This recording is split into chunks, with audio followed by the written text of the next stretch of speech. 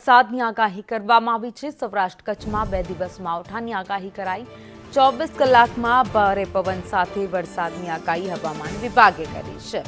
માવઠા સાથે ઉકળાટ પણ સહન લોકોએ કરવો પડશે। તો વરસાદી ટર્ફ પસાર થતો હોવાથી માવઠાની આગાહી કરાઈ છે। જૂનાગઢ, રાજકોટ, અમરેલીમાં માવઠું પડી શકે તો સુરેન્દ્રનગર, મોરબીમાં પણ વરસાદની આગાહી કરાઈ। આ બાજુ ડાંગ, તાપી, નર્મદામાં પણ વરસાદી માહોલ જોવા મળશે।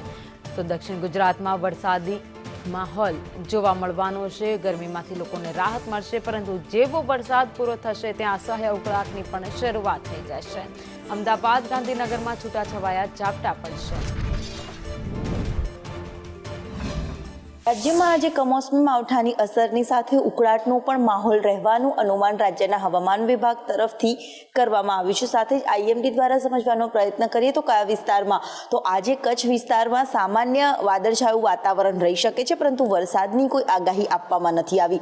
બીજી તરફ દક્ષિણ ગુજરાત, સૌરાષ્ટ્ર અને ઉત્તર ગુજરાતના કેટલાક ભાગોમાં પવન સાથે વરસાદની આગાહી આપવામાં આવી છે, જેમાં બનાસકાંઠા, મહેસાણા, પાટણ, સાબરકાંઠા, અરવલ્લી, મોડાસા, મહીસાગર સહિતના તમામ વિસ્તાર, તો અમદાવાદ, ગાંધીનગર, આણંદ, વડોદરા સહિતના વિસ્તારમાં પણ પવન સાથે ગાજવીજ સાથે વરસાદની આગાહી આપવામાં આવી છે।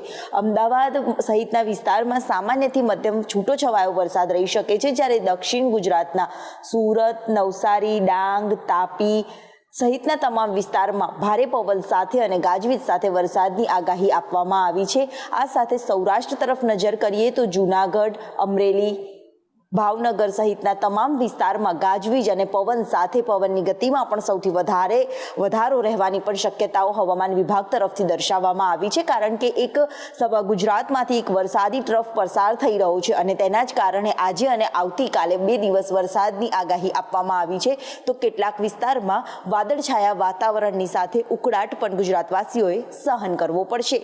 કેમેરામેન મનીષ વાણિયા સાથે દિવ્યા ચૌહાણ, સંદેશ ન્યૂઝ, અમદાવાદ। તો હાલ